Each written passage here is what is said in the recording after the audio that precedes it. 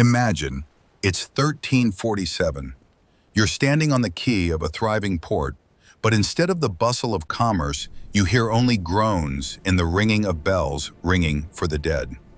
The air is thick with the smell of rot and burnt wormwood. Rumors swirl through the streets of an invisible demon that kills in 3 days. This isn't a horror movie.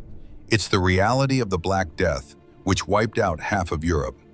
Cities are emptying, faith is crumbling, and medicine is powerless. Can modern man survive this situation? Find out at the end of the video. It all started with ships. In October 1347, 12 Genoese galleys docked at the port of Messina. The sight was horrific. Most of the sailors were already dead, and the survivors were barely able to stand, covered in black sores. The townspeople, terrified, drove the ships away, but it was too late. Death had already come ashore. It arrived not in the swords of invaders, but in the fur of rats and on the backs of inconspicuous fleas. At the time, no one knew anything about bacteria.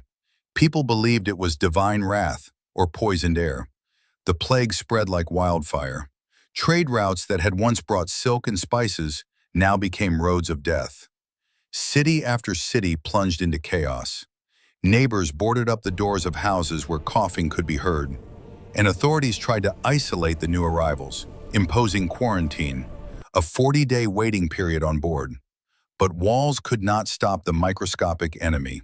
In a matter of months, the familiar world collapsed, leaving people alone to face an unknown and merciless horror. To survive, you had to understand what you were dealing with, but medieval people were confused. The plague manifested itself in 3 forms, each more terrifying than the last. The most merciful was bubonic. The patient's lymph nodes became inflamed, developing into huge, painful lumps called buboes. If they ruptured, there was a chance of survival. But in 80% of cases, the person would succumb to the fever within a week. The second form was pneumonic. It was transmitted through breathing. The person would begin coughing up blood and die within 2 days. The survival rate was practically 0. And finally, the rarest and fastest acting form was septicemic plague. The bacteria entered the bloodstream directly, turning the person black before their eyes, dying within hours. The skin became covered in dark spots, which gave the disease the name Black Death. People would go to bed healthy, and in the morning their bodies would be carted away. Death was everywhere, in churches, at markets, in their own bedrooms. No one understood why one person survived while their entire family perished in agony. When panic gripped the cities, plague doctors entered the scene. Their appearance is still considered a symbol of nightmare. A long leather cloak, gloves, and a wide-brimmed hat. But the most important detail was the mask with a bird's beak. Strong-smelling herbs were stuffed into the beak: lavender, mint, cloves, and camphor. Plague was believed to be transmitted through miasma, bad odors, and the aromatic herbs were supposed to purify the air. The eyes of the mask were covered with red lenses to protect the doctor from the gaze of the patient, who, according to belief, could also infect. Unfortunately, these costumes were of little help. The skin was too porous and hygiene was non-existent. Doctors resorted to barbaric methods, applying dried toads to buboes, lanced them with red-hot irons, or sprinkled the wounds with crushed human excrement. This only hastened death. Doctors themselves became carriers of the disease, passing from one dying person to another. Those who were supposed to save the sick were often the last people they saw before their death. In a world where medicine was powerless, people turned to religion. Most believed the plague was punishment for humanity's sins. Movements of flagellants, self-flagellationists, began to spread across Europe. Thousands of people walked from town to town, singing psalms and publicly beating themselves with leather whips tipped with iron. They believed that if they punished themselves, God would have mercy and stop the plague. This spectacle was both captivating and terrifying. Crowds gathered to witness the bloody penance, which became the perfect breeding ground for new outbreaks of infection. The flagellants not only spread the disease, but also sowed social chaos. They rejected the authority of the established church, claiming that only their suffering led to salvation. When the epidemic continued, the people's rage turned against others. Mass pogroms began. Anyone who stood out was blamed. Lepers, foreigners, but most often Jewish communities, who allegedly poisoned wells. Religious ecstasy turned into a bloodbath. The medieval city was the perfect petri dish for bacteria. Narrow streets, barely wide enough for two people to pass, never saw sunlight. Ditches ran down the middle of the streets where residents dumped slop and the contents of their chamber pots. The smell was unbearable. In such conditions, rats felt like kings.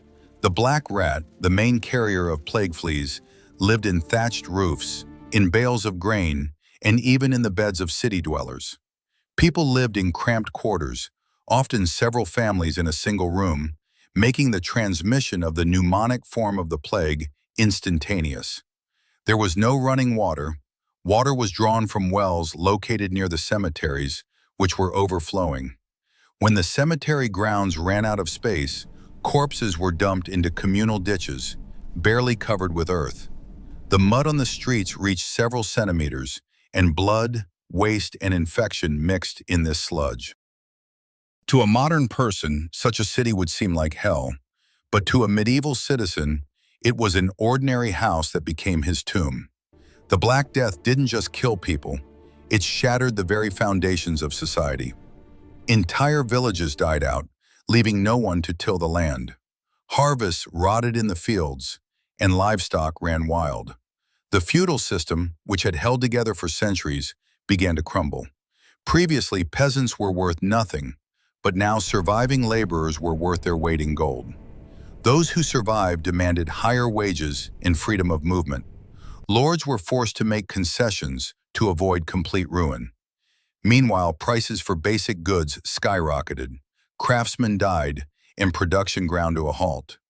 Meanwhile, due to the vast number of inheritances, gold and luxury goods suddenly found themselves in the hands of those who had never dreamed of them before. People, seeing that death could come at any moment, stopped hoarding their money. Wild feasts and revelries began amid the general devastation. It was literally a feast during the plague. Society tried to forget itself in luxury while the world around it burned. The most popular advice of the time was, go quickly, go far, and come back late. Those with money abandoned their city homes and fled to country estates, hoping that the clean country air would save them. Giovanni Boccaccio, in his famous Decameron, described a group of young people who locked themselves in a villa near Florence to wait out the plague, entertaining each other with stories. But escape was often an illusion. Many of the fugitives already carried infection or fleas in the folds of their expensive clothes. Arriving in a remote village, they brought death to a place where they had only heard of it. The roads were clogged with abandoned carts and the bodies of those who had not made it. Isolation was the only real option, but it required cruelty. Some cities, like Milan, took radical measures. When a sick person was found in a house, the doors and windows were boarded up, along with all the occupants, both sick and healthy. Cruel? Yes. But Milan suffered far less from the plague than other cities. Before the plague, the Catholic Church was an absolute authority. People believed that prayer was the best medicine. But when priests began dying as often as sinners, and prayers failed to bring healing, a profound spiritual crisis ensued. Many clergy simply fled, leaving their flocks without the last sacrament. This gave rise to a feeling of abandonment. The science of the time, based on the works of Aristotle and Galen, also reached a dead end. The universities of Paris and Oxford tried to explain the disease through planetary alignments or volcanic eruptions in distant lands, which supposedly released toxic fumes. The inability of the intellectual elite to provide answers led people to seek salvation in the occult, magic, and alchemy. Faith in an orderly world was shattered, but it was precisely this collapse of the old system that would later give impetus to the development of medicine based on observation, not dogma. People realized that if prayer wasn't helping, they needed to find other ways to combat the invisible enemy. By 1353, the epidemic began to subside. It didn't disappear completely, but its fury had subsided. The results were catastrophic. According to various estimates, between 25 and 50 million people died. Some regions lost up to 80% of their population. The world became empty and silent. But strangely enough, for the survivors, a golden age arrived. The labor shortage led to technological progress. Machines had to be invented to replace humans. Living standards rose, and nutrition improved due to the abundance of land. The Black Death erased old boundaries and paved the way for the Renaissance. Humanity emerged from this nightmare a changed people. The rudiments of a healthcare system, state sanitation services, and an understanding of the importance of hygiene emerged. The art of the time took on a somber tone, filled with images of the dance of death, reminding everyone that in the end, all are equal, kings and paupers alike. It was a harsh lesson that forever changed the genetic and cultural makeup of Europe. If you found yourself in 1348, your chances would depend on strict discipline. First, forget about the medicine of that time. No bloodletting, liniments, or lanced buboes. That's a surefire way to get blood poisoning. Second, complete isolation. Find a place far from trade routes and ports. Board up the windows, stockpile food, and don't let anyone in. Third, hygiene. Although bacteria weren't known back then, we know. Burn your clothes after any contact with the outside world.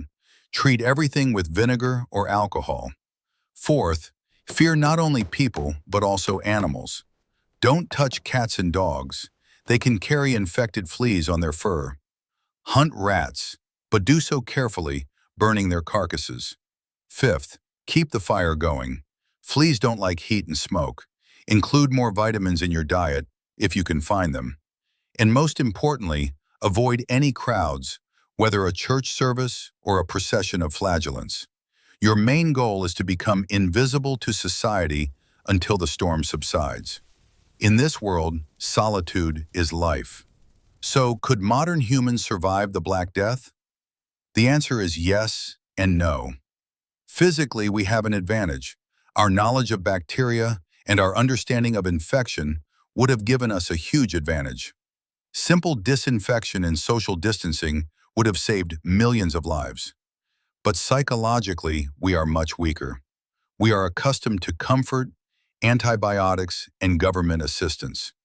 In a world where painful death lurks around every corner and society has descended into chaos, modern humans can simply go mad with terror and helplessness. However, with the knowledge from this video, your chances are certainly better than any medieval knight. Take care of yourself, wash your hands, and remember, history has a way of repeating itself.